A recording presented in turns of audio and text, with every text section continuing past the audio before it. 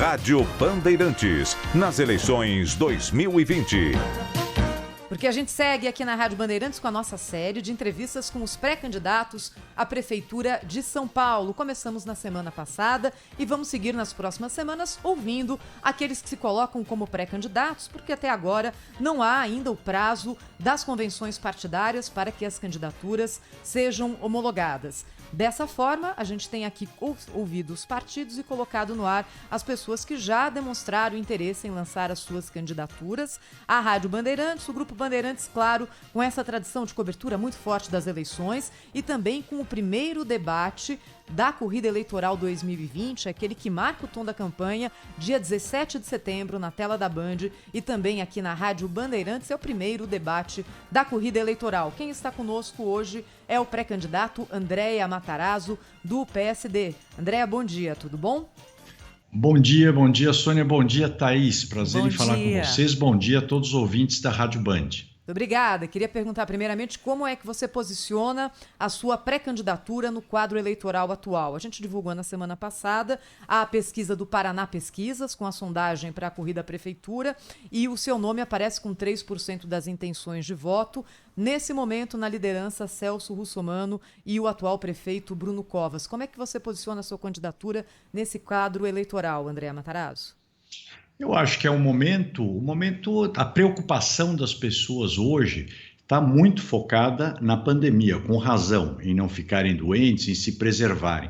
Depois você tem uma preocupação hoje enorme também na questão de emprego, na questão da economia. Então, acredito que eleição ainda não está na principal preocupação das pessoas, mas eu posiciono a minha candidatura como uma candidatura de alguém que está preocupado com o emprego, com a cidade principalmente, que conhece a cidade, que vem nos últimos anos se preparando exatamente para ser prefeito de São Paulo e só prefeito de São Paulo, nada mais do que isso, ou seja, alguém que conhece a cidade e que tem como objetivo transformar essa cidade de volta na cidade que sempre foi, né? Cidade de oportunidades, de empregos e de esperança. Candidato, pré-candidato, né, Andréa Matarazzo, um prazer estar falando com o senhor aqui no Jornal Gente. Agora, com essa história da pandemia, né, pegou o mundo inteiro de surpresa, uma eleição atípica, uma das grandes questões é a educação. Até porque a criançada não foi para a escola, todo mundo, quem pode fez o home, mas quem não pode não fez. Foi praticamente um ano que zerou aí a educação na cidade de São Paulo. Queria saber as propostas do senhor e de que forma isso pode incentivar no ano que vem, quer dizer, para que eles não percam o ano letivo, a construir aí uma base melhor de sabedoria, de conhecimento, de estudo mesmo. Eu acredito que é o que você falou, esse ano foi um ano perdido, né? Um ano que você não teve praticamente educação. No caso do município, até por um certo despreparo. Bom, eu acho que você tem que algumas medidas urgentes, porque ficaram explicitadas com essa pandemia. O primeiro ponto é colocar a internet nas escolas, que é uma coisa que não existe, né? Todo mundo gosta de falar em época de campanha, vai pôr Wi-Fi no ônibus, parece moderninho, mas sinal de internet na periferia não existe. Até agora eu não estou vendo. Ponto, não tem, como não tem, tem um péssimo sinal de celular. E lembrar também que São Paulo é uma cidade rica entre a Paulista e a Faria Lima, porque a periferia de São Paulo é bastante pobre. Então, não imaginar que as famílias da população carente de São Paulo, que são muita gente, só favelas em São Paulo são 1.300, que as pessoas tenham um computador. Agora eu vi que a prefeitura, numa medida que é tipicamente eleitoreira, vai distribuir tablets agora, 2 meses antes da eleição, é tipo um brinde eleitoral.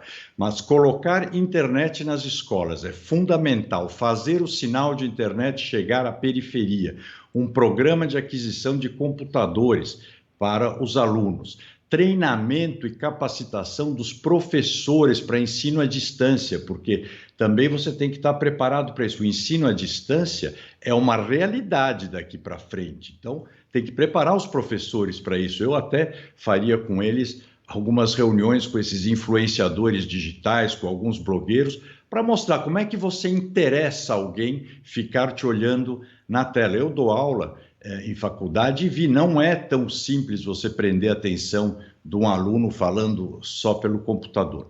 E, ao mesmo tempo, gente, eu vou atrelar a educação, a cultura e o esporte, a aprendizado através do esporte, aprendizado através da cultura. Essas duas secretarias terão um papel muito importante, porque eu quero que cada aluno saia da escola e vá ou para um equipamento cultural ou para um equipamento de cultura. A cidade tem uma infraestrutura gigantesca de equipamentos de esporte e de cultura também. O de esporte hoje está entregue metade para o crime organizado, metade para algum apaniguado que está alugando as quadras em vez de deixar a população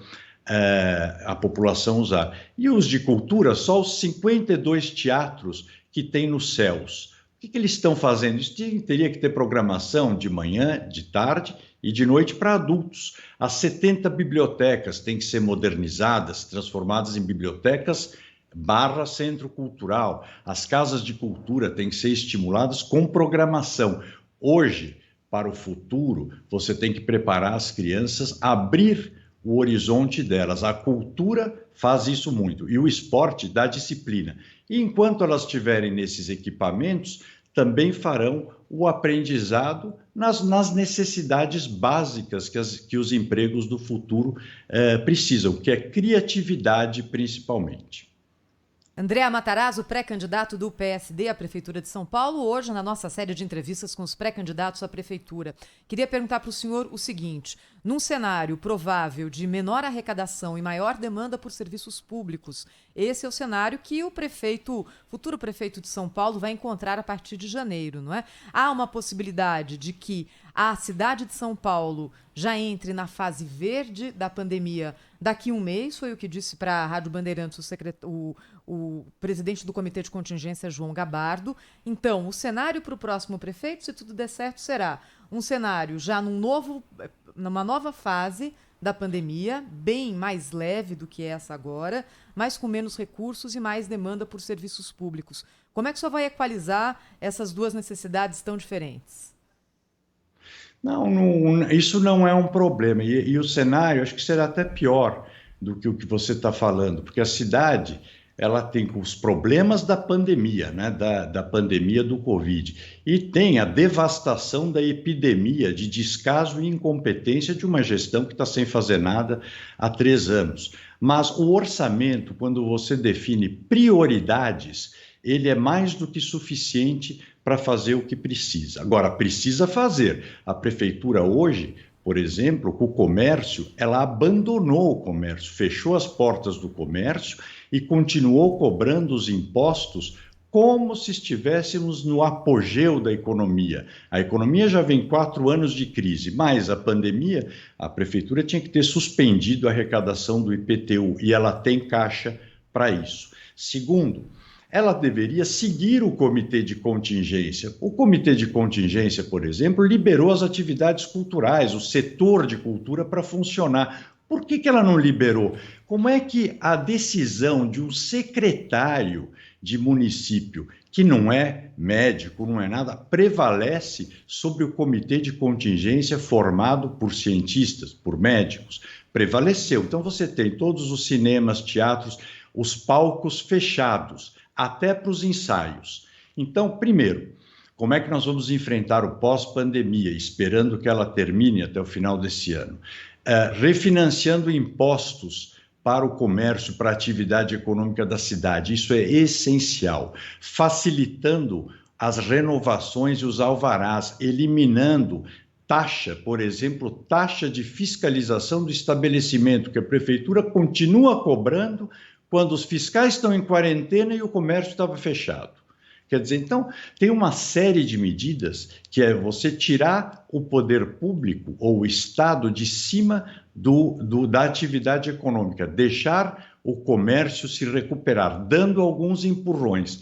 Crédito para o microempresário, a prefeitura pode fazer isso, o microcrédito, facilitar as renovações de licenças de funcionamento, refinanciar os impostos, em especial o IPTU, são algumas das medidas que podem ser feitas, além de outras, por exemplo, com toda essa atividade que é irregular na periferia da cidade. André, você tem uma vasta experiência na cidade de São Paulo, né, atuando aí em várias frentes por muitos anos, mas também tem uma experiência internacional. O senhor foi embaixador em Roma, né? Acho que, se não me engano, acho que foi em 2001 Sim. e 2002, né? Eu queria saber se essa experiência internacional contribui com algumas coisas que a gente possa pegar umas ideias lá fora e adaptar para cá. Por que eu estou perguntando isso? Por causa do transporte. Por que em São Paulo a gente ainda precisa usar carro para tudo quanto é lado, embora a gente tenha linhas de ônibus, de metrô, tudo é tão complicado para o trabalhador, inclusive para a pessoa que não quer ter carro. A pessoa quer ter a opção de não ter carro, de optar mesmo pelo transporte público. Olha, tem sim, e até vale a pena, foi boa a pergunta. Já nessa época que eu estava em Roma, por exemplo, a gente viu uma mudança muito interessante com relação a São Paulo. Primeiro, nós temos que lembrar e levar em conta, gente, que São Paulo e Roma são cidades completamente diferentes, né? Esse foi um dos problemas. Se a prefeitura conhecesse a cidade de São Paulo, não teria adotado algumas medidas. Mas focando na sua pergunta do transporte, por exemplo, o centro da cidade de Roma, centro histórico, um período ele foi interditado como o centro daqui, que eram só calçadões. O que começou a acontecer? Exatamente o que aconteceu no nosso centro aqui de São Paulo. Começa a morrer, porque você precisa ter um fluxo leve de carros com horários determinados para determinados tipos de veículos, para que as pessoas cheguem. Um exemplo, aqui em São Paulo, Centro Cultural Banco do Brasil, na Rua Álvares Penteado. Como é que alguém vai à noite atravessar da Rua Boa Vista até lá a pé nas condições atuais da cidade de São Paulo? Bom, atual não vamos levar em conta porque ela está abandonada e realmente é temerário, mas mesmo em condições normais, ninguém vai andar 4, 5 quarteirões numa cidade escurecida. Então você tem que acertar um pouco as questões do fluxo de carros na cidade. Segundo, a geometria das ruas. Não só começar isso no centro, mas nos lugares novos, nas novas centralidades da cidade, já ir adotando a geometria adequada para facilitar a vida dos pedestres, facilitar a vida de ciclistas, facilitar a vida do transporte público. Não atrapalhar o do transporte individual, mas facilitar o dos outros.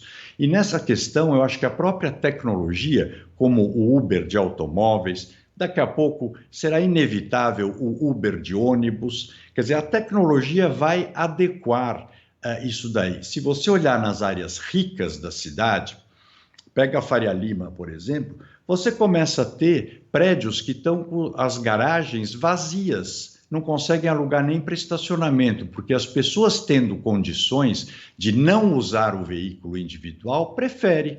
Estou te falando numa região rica onde todo mundo tem carro. Você tem hoje garagens que estão vazias. Por quê? O pessoal prefere ou vai de patinete, vai de Uber, vai a pé. Um outro ponto fundamental para melhorar isso, eu estava até falando agora com um técnico nisso, questão das calçadas, que é uma obsessão minha. Calçadas é a via pública do pedestre e tem que ser tratado como prioridade. Aqui a única via pública que tem que ser responsabilidade do dono das casas são as calçadas. Por que é o dono da casa? Por que a via pública do automóvel, o poder público é que faz recapeamento? Você vê agora, em época de eleição, ano eleitoral, estão tentando recapear a cidade toda. É uma camada bem fininha que vai durar pouco, mas estão recapeando. E as calçadas? Calçada, via pública do pedestre. O poder público tem que arrumar as calçadas, tem que iluminar. Isso, você valorizaria o comércio de bairro, as pessoas sairiam a pé para fazer compra. Então, você tem que fazer calçada, poder público. Iluminação pública, poder público. Porque aí o cara sai da casa dele e vai comprar o lápis na papelaria da esquina. E tem que ter polícia na rua para ele ter segurança também, que a pé ele não vai ser assaltado. 20% dos trajetos da cidade são feitos a pé. Isso poderia ser muito mais. Agora, vamos lembrar, só vou concluir, prometo, não pode hostilizar o carro numa cidade como São Paulo. Lembrar, quando querem fazer Parque Minhocão, né, que como se São Paulo não tivesse prioridades, por exemplo, no Minhocão são quase 200 mil carros dias do pessoal que vem da Zona Leste e vem trabalhar na Barra Funda. E não tem transporte público para todo mundo, basta olhar, inclusive agora, né, que a prefeitura tirou ônibus de circulação. Bem, eu queria agradecer... Mas dá para melhorar muito a coisa de democratizar a mobilidade. Queria agradecer ao pré-candidato do PSD à Prefeitura de São Paulo, André Matarazzo, nessa série de entrevistas que nós estamos fazendo aqui, nesse esquenta da eleição 2020. Candidato, muito obrigada. Contamos, é claro, com a presença do senhor aqui no debate do dia 17 na Band, que é aquele que sempre abre a campanha eleitoral, certo? Obrigada, a entrevista, claro, não tenha dúvida. Estarei presente em todos que me convidarem. Muito obrigada. Até a próxima.